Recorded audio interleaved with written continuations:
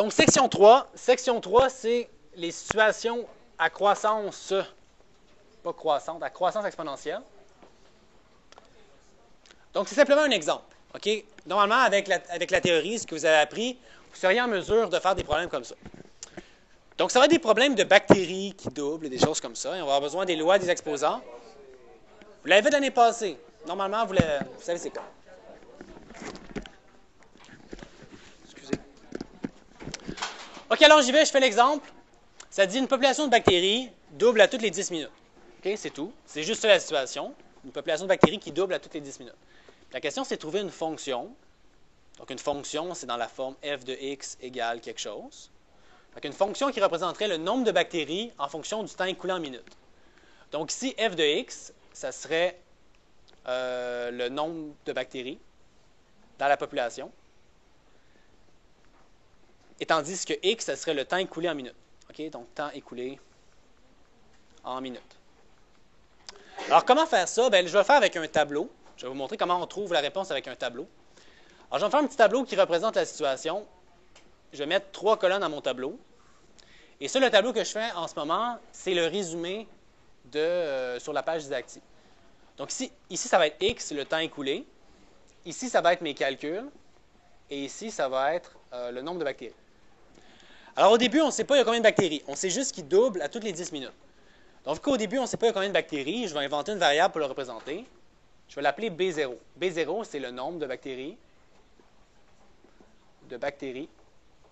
au début.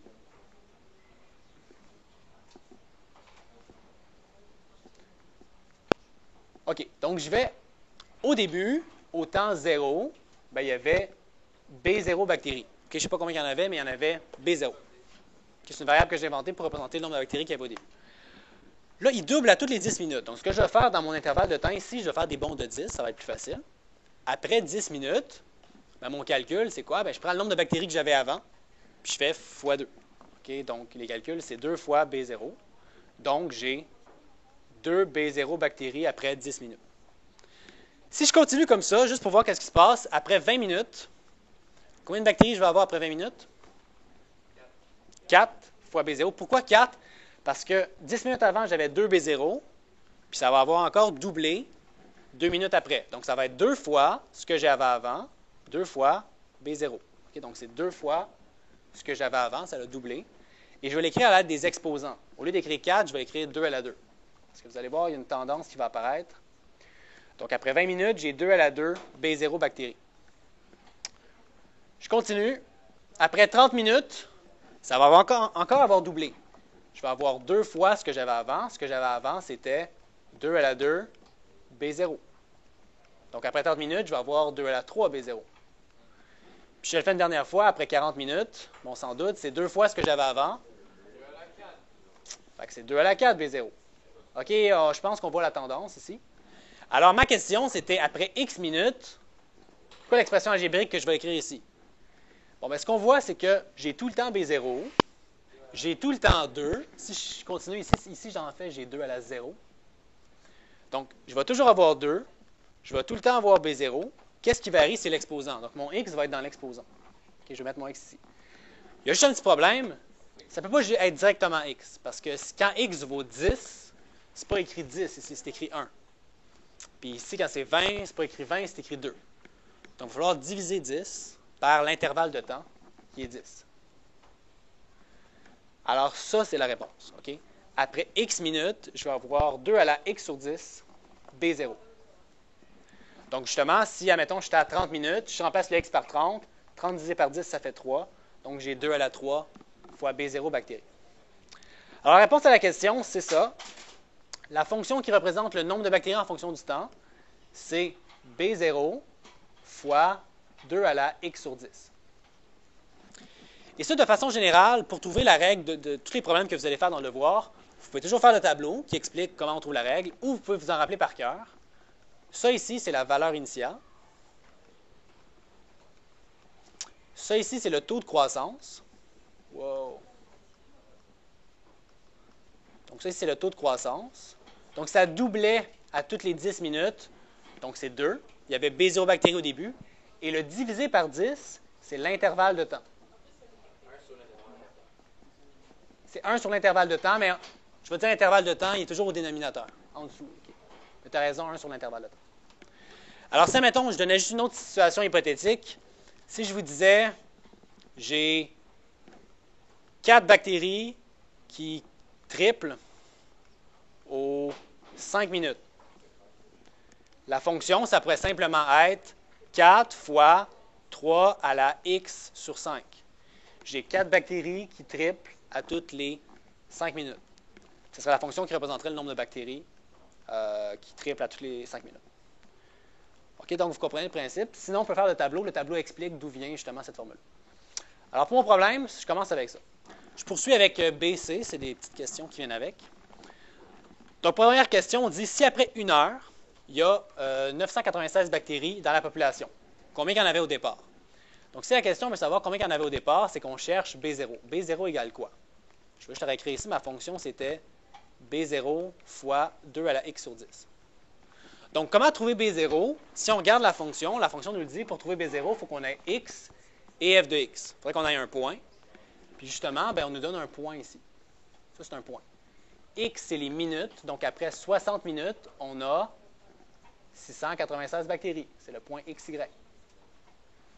Donc, je vais remplacer ici f de x par 896.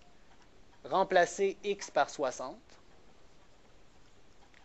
Et je peux trouver facilement B0. OK? Juste à faire 896 divisé par 2 à la 6. Donc, je vais le faire. 896. Est-ce que quelqu'un pourrait me le calculer, s'il vous plaît? Je n'ai pas de calculatrice. 896 divisé par 2 à la 6 va me donner B0. 14. Alors, c'est tout. J'ai remplacé par un point. Ça m'a permis de trouver combien il y a de bactéries au départ. Si, après 1 heure, il y en a 896. Donc, ma fonction devient f de x égale 14 fois 2 à la x sur 10. Je continue avec une autre question. Combien est-ce qu'il y a de bactéries après 3 heures? Bien là, j'ai la règle. Si après 3 heures, on sait que x, c'est 180 minutes. X, c'est le temps écoulé en minutes. Donc, on cherche f de x quand x, c'est 180. Donc, en fait, on cherche f de 180. Alors, je remplace x par 180 dans mon équation. J'ai 14 fois 2 à la 180 sur 10. Et j'ai juste à taper ça sur ma calculatrice. Ça va me donner le nombre de bactéries qu'il y avait après 180 minutes. Donc, est-ce que quelqu'un pourrait me calculer ça? 14 fois 2 à la 18, en fait. 14 fois 2 à la 18, si je simplifie. Qui donnerait combien? 670 016. Donc, ça va vite quand même. Il y aurait 3 670 016 bactéries après 180 minutes. Je me suis simplement servi de ma fonction en plaçant le x par 180. Dernière question. Après combien de temps est-ce qu'il y avait 7168 bactéries dans la population? C'est la dernière question que je peux vous poser. Bien là, c'est le contraire. C'est qu'on cherche x après combien de temps est-ce qu'il y avait 7168 bactéries. Donc, c'est le problème inverse. Je vais remplacer dans ma fonction f de x par 7168. S'il vous plaît. Égale 14 fois 2 à la x sur 10. Et c'est là qu'on utilise les logs, parce que quand on va chercher un exposant, on va avoir besoin des logs. Donc, l'idée, c'est comme dans le quiz, c'est d'exprimer notre équation ici dans la forme b à la c égale a, pour ensuite la transformer en log. Log en base b de a égale c. Alors, je vais diviser par 14 de chaque côté. Ça donne combien, ça divisé par 14?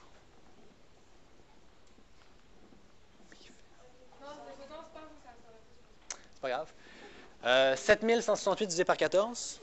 512. Alors, j'arrive ici, et là, je veux savoir 2 à la quoi va donner 512. Donc, je peux l'écrire en log. J'écris log en base 2 de 512 égale x sur 10. OK, j'ai transformé ma forme ici exponentielle en forme logarithmique qui me donne, en faisant log de 512 sur log de 2, 9.